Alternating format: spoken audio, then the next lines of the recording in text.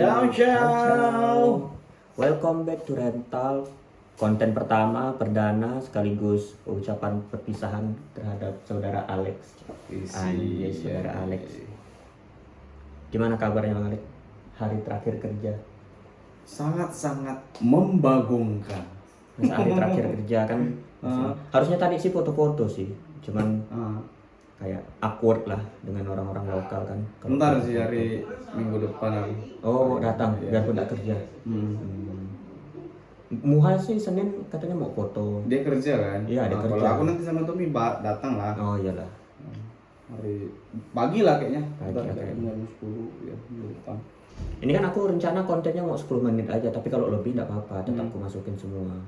Cuma yang pertama, ada 3 sih poinnya. Pertama yang aku masukkan, nanya kabar dulu. Tadi kabarnya kan udah 2 tahun bekerja kan. Aku serius, selama aku kuliah, selama aku sekolah, dari SMP lah.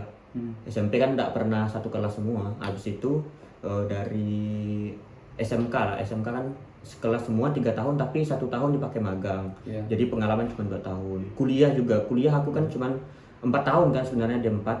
Iya. 2 tahun di kuliah karena COVID, 1 tahun hilang. Nah, jadi 2 tahun juga. Jadi circle pertemananku itu Sedikit. tetap 2 tahun aja. Iya. Nggak lama durasinya itu 2 tahun, tapi 2 tahun itu udah kayak keluarga lah, udah kayak oh aku kenal sama kau, oh aku kenal keluargamu apa. Sedikit banyaknya tahu lah. Cuman kan masalahnya setiap pertemuan kan pasti ada perpisahan aja. Jadi ya untuk kenang-kenangan aja, nanti misalnya kangen kan melihat apa kontennya, oh Randy ada buat konten, oh Randy ada buat konten. Insya Allah semuanya pasti diajak kok, enggak Bang Alex sendiri, Aman. Yusrul, Akbar, semuanya kan bisa akrab juga. Cuman yang next mau ditanyakan yang pertama, mau lanjut kemana? Kuliah, kerja? Jadi kalau aku balik ke Indo dulu nih healing dulu sih. Healing dulu. ya.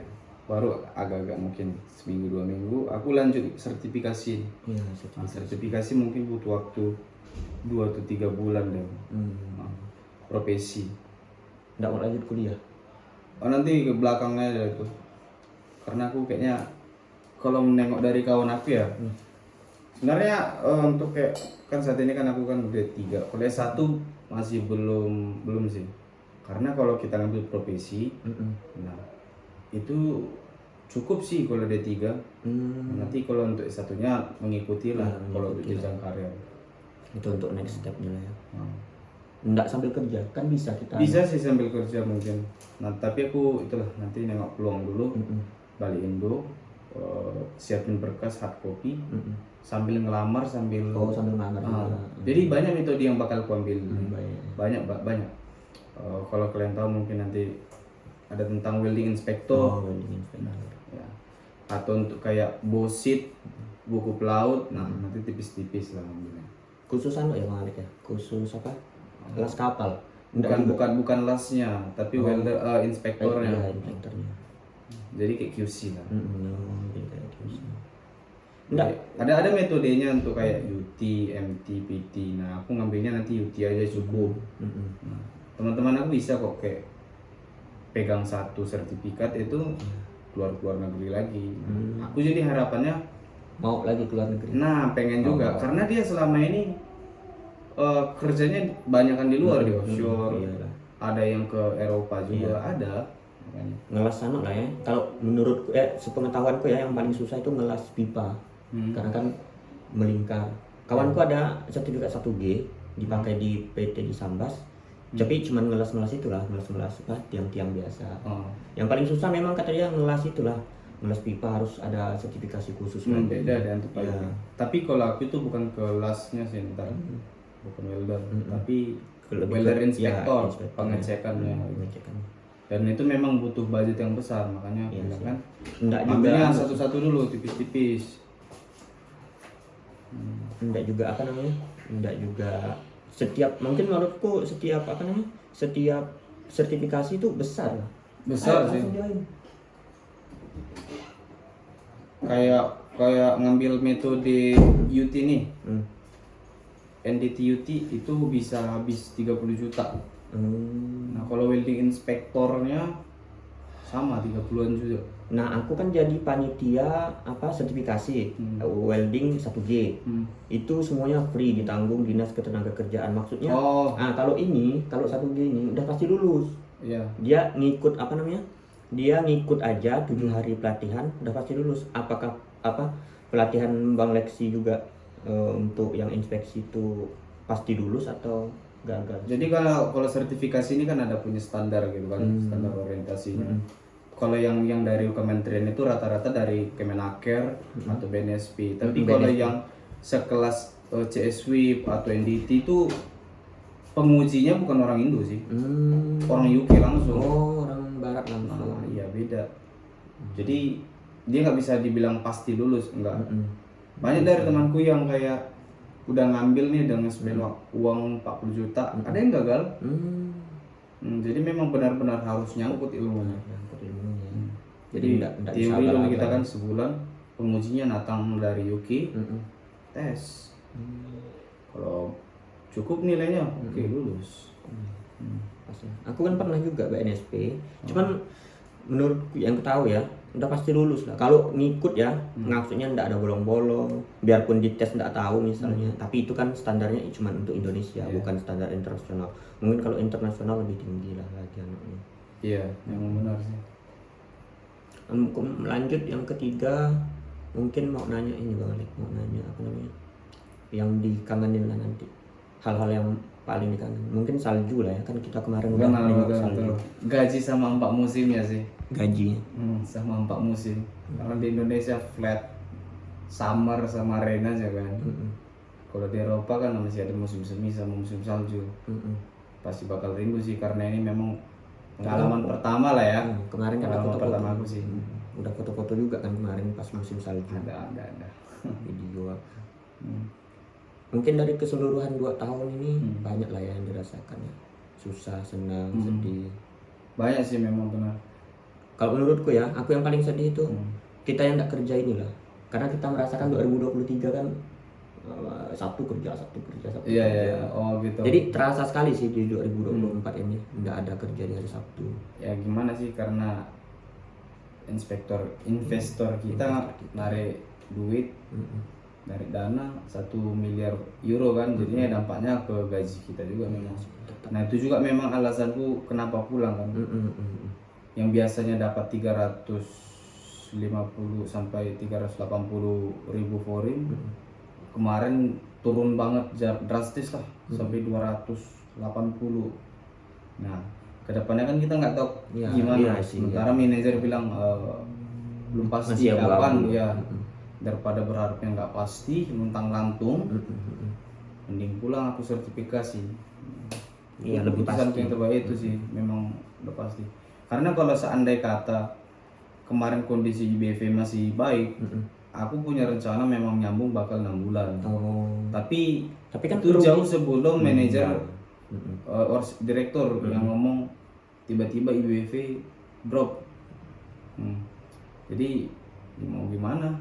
Aku pun pengen yang terbaik untuk aku pun udah ngomong sama atasan kita, aku pengen pulang gara-gara ya duit kita udah banyak potongan gitu dari bonus, sementara aku udah potongan 33%.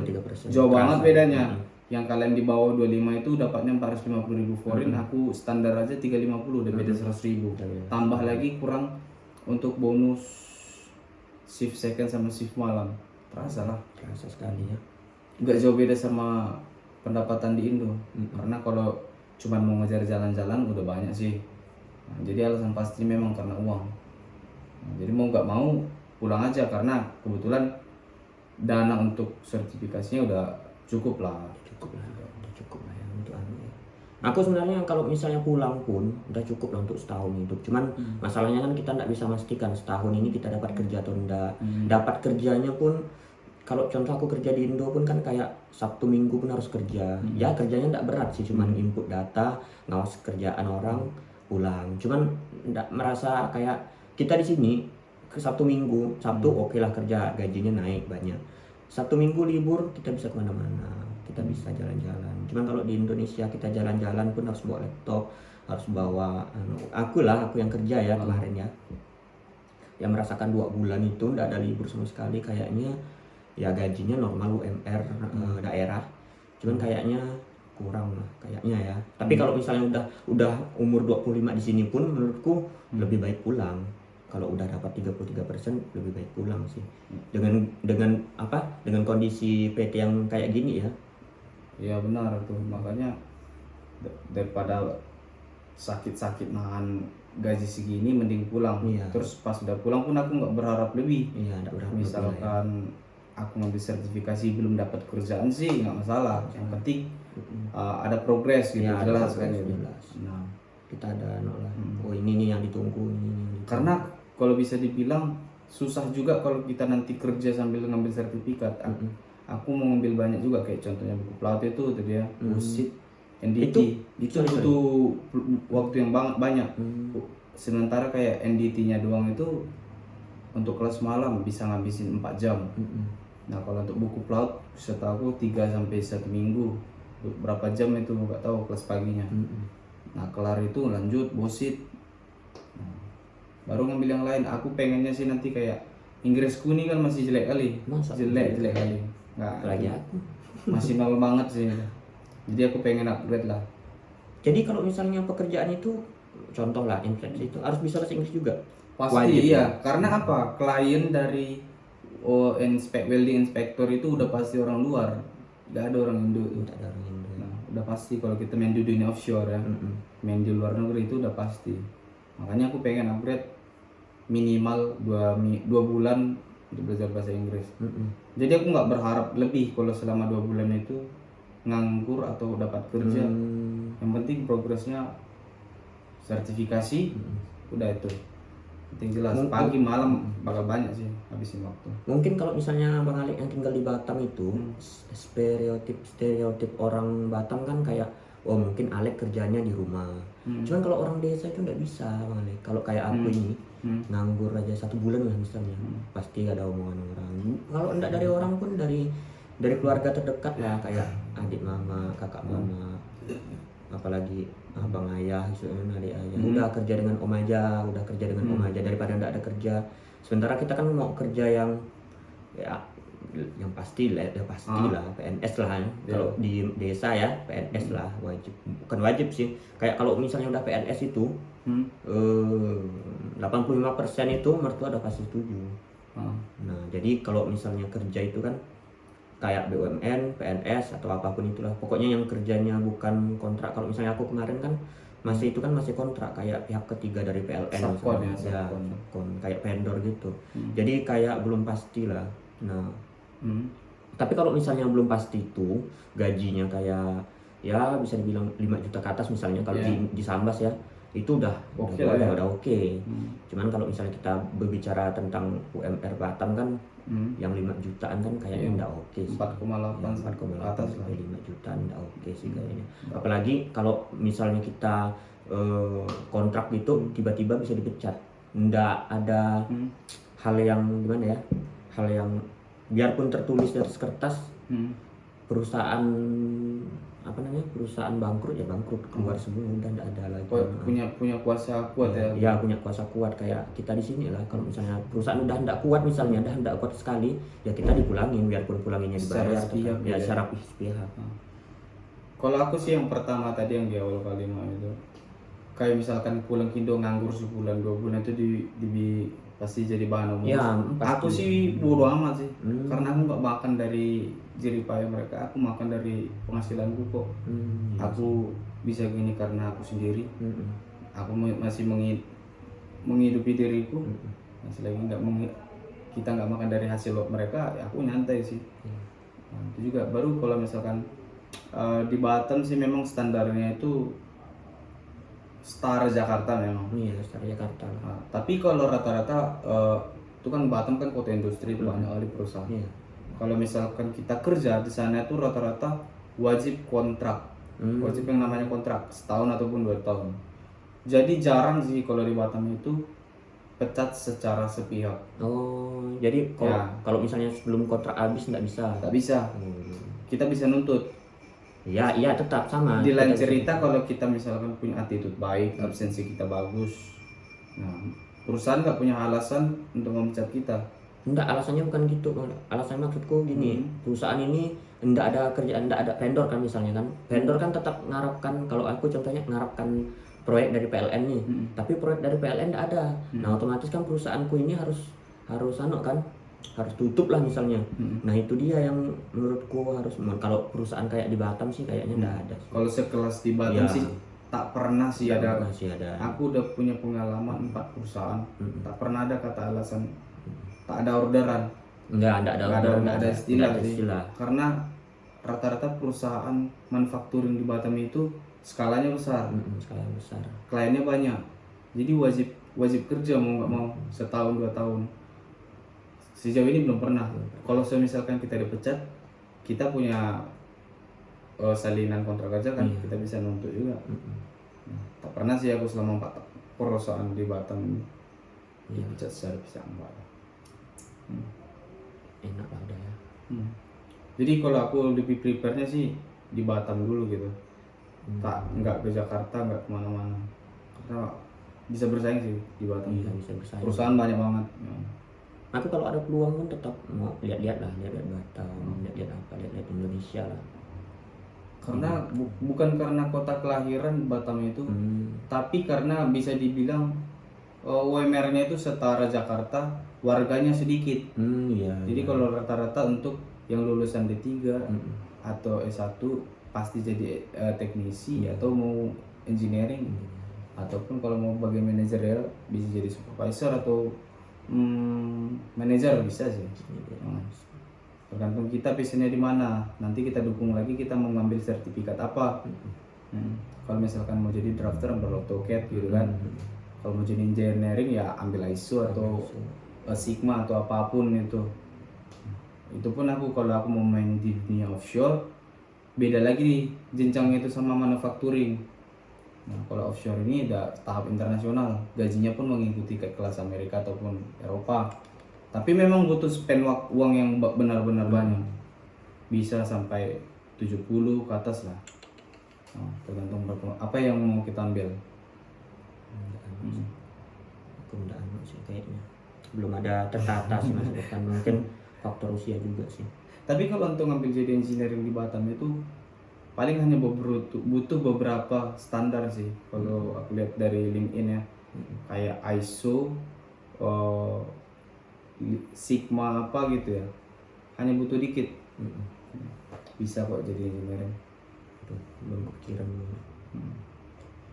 Nikah gimana nikah? Kalau nikah Nggak ada agak krusial sih. Agak krusial sih. Kalau aku ya umur 26 masih oke lah, tapi tahun depan aku nggak tahu sih, aku masih seleksi dulu lah. Kalau aku ya, kemarin kan aku ngomong pas di Selemes ya, umur 30. Aku ngomong itu karena role modelku kan ayahku kan. Ayahku umur 30, maksudku gini. Dalam rentang waktu sekarang ini sampai mentok 30 itu masih bisa lah aku. Pokoknya mentok-mentok 30. 30 baru cari lah. Hanya aku bilang kan waktu itu masa depan tuh nggak ada yang tahu. Kalau kita bilang umur 30 belum tentu. Bisa jadi lebih cepat. Sama pun kayak aku dulu pengennya kayak umur 26 atau 27. Tapi kalau kita pas udah nyentuh 26, mikirnya lebih panjang lagi. Iya, mikirnya lebih panjang lagi. Setelah nikah mau jadi apa gitu. Nah, kalau belum kerja ya. Kalau belum kerja agak susah juga. Makanya pengen kayak lebih prioritasin kita arahnya kemana nih. Kerjaan apa yang bakal kita fokuskan. Nah, kalau misalkan kita ada sambil dapat kerja kan, sambil menabung, bisa lah. Enggak sih. Mikirin sama-sama dengan pasangan kita. Maksudku gini, udah dapat kerja aja. Misal apa ya? BUMN lah misalnya. Iya. Nah, dapat kan misalnya. Itu udah bisa sih. Cuman tergantung pasangan lagi mau diajak sederhana atau enggak, karena kan kita masih awal-awal kerja. Ya benar, kalau untuk kelas BUMN ya udah pasti kan biasanya di situ. Nah, selebihnya ya untuk pasangannya lagi. Match enggak gitu kan. Aku sih ya nanti sih. Nengok pasangan dulu cocok atau enggak Iya sih. Tapi pakai adat Batak? Pastilah. Harus wajib. Pastilah. Maksudku kalau aku enggak tahu ya Melayu ya. Ini palingan kalau orang Sampas nonton dihujat. Kalau Melayu pokoknya aku yang tahu ya 60 juta aja udah. Cukup. Kalau Batak sih rata-rata 60 sampai 100 tuh ada memang. Karena Sama. dari sinamot atau kalau orang Batak bilang sinamot. Kalau orang misalkan kayak Muslim mahar gitu kan. Ya mahar. Sama. Rata-rata mahar Itu kalau cuma orang mahar. Batak. Belum. Kalau misalkan rata-rata ya, paling sedikit itu 20 juta untuk mahar doang. Iya.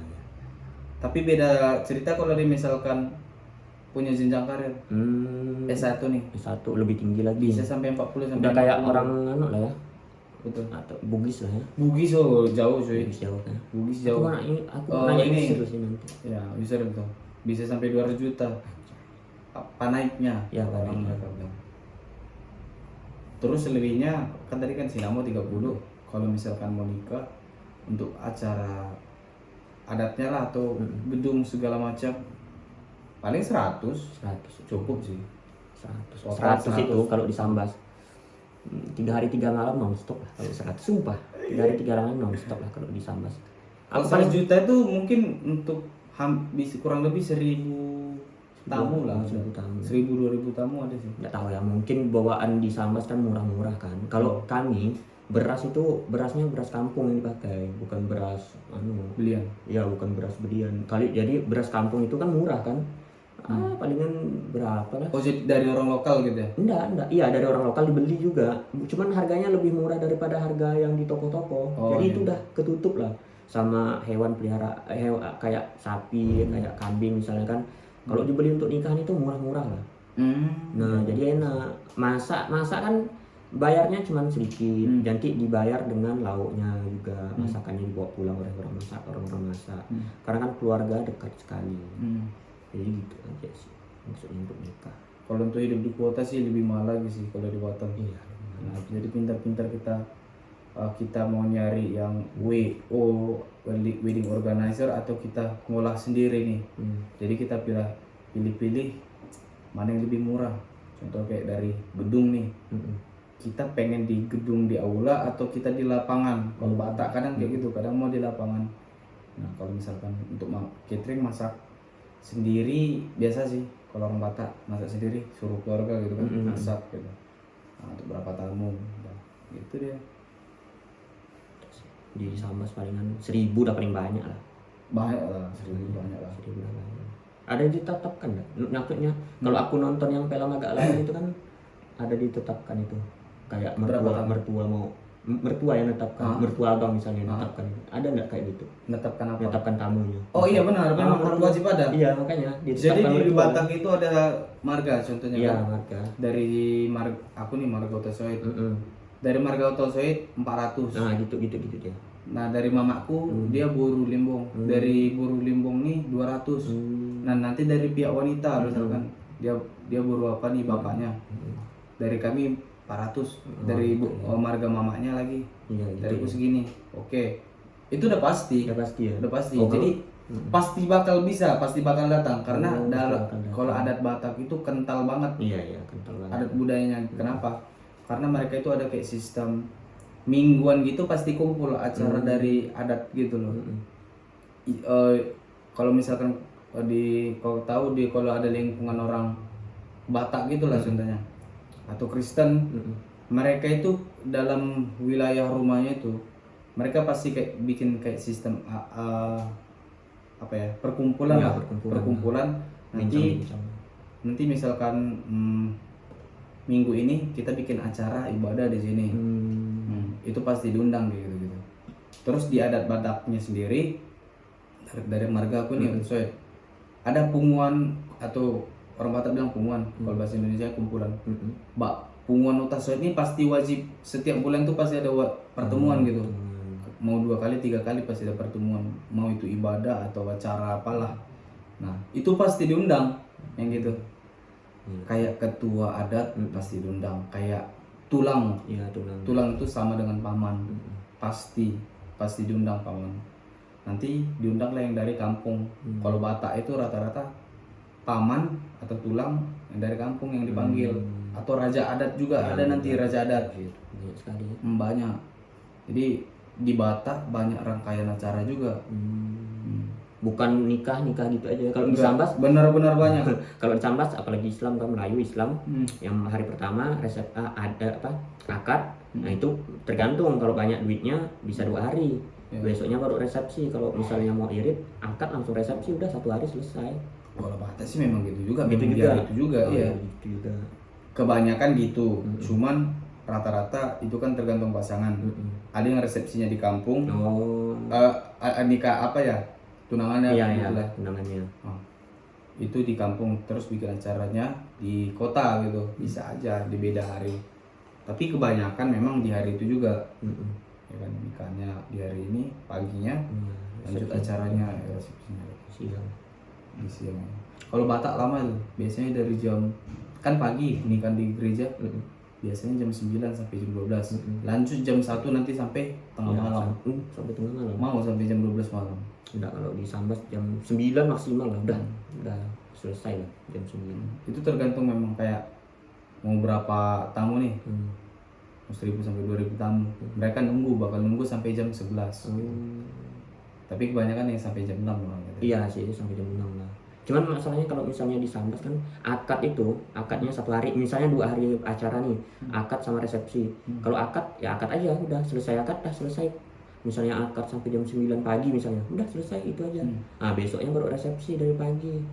Yang pengantinnya pakai tiga pakaian pengantinnya, ganti-ganti pagi siang malam itu. Anjir sih, pusing sedikitnya. Kayak nak perlu lah bahas ini. Mau dibahas nggak? Nggak usah. Udah 30 menit soalnya. Nggak usah lah. Udah nggak nyambung soalnya. Nggak nyambung ya. Ya mungkin aku mau bahas itu aja. Pokoknya kenang-kenangan lah, nanti ku upload. Sebelum ku upload sih ku kirim dulu video mentahnya ke Bang Ale. Apa-apa sih lanjutnya. Gimana nih? Keren nggak? Kan masih tetap diedit. Nanti ku lihatkan kayak apa ya? Sertifikat las, nanti ada ku lihatkan di sampingnya sini. Iya. Building Building inspector kayak ya makasih lah Bang Alek udah mau di wawancara lah, iya, istilahnya. tentang aman itu. Kenang-kenangan terakhir lah ya. Aku seminggu kayaknya kita nggak jumpa kan, dan minta maaf juga. Oh kan, iya umroh ya. Nah minta maaf juga hari Rabu kayaknya. Kalau misalnya bisa hari Senin aku minta, Rabu kayaknya aku ngantar sih. Cuman kan kalian diantar pakai taksi juga, jadi enggak. Iya pakai mobil. Iya enggak bisa juga. Kami pagi sih berangkatnya tuh. Kan keberangkatan kami jam 12. Ya kami kan masuk pagi kan. Paginya udah salam-salaman lah kita. Tapi itu di jam 5 kami udah bangun sih. Iya udah bangun. Kan kami paginya berangkat jam 5. Jam 5. Yalah, secukupnya aja lah. Yang penting sehat-sehat lah ya Bang Alek. Ya benar juga sehat-sehat. Aku pun minta maaf juga kalau ada salah ya. Sering terjadi gesekan-gesekan. Sekali. Sama-sama kita ya. Aku nengoknya itu keberagaman kita, mempertahankan anak masing-masing. Cuman udah namanya manusia kan nggak bisa kita tetapkan satu partai politik itu banyak. Gak Malek. Oke, thank you. Hati-hati di jalan, tetap semangat pokoknya. Sip. Ciao.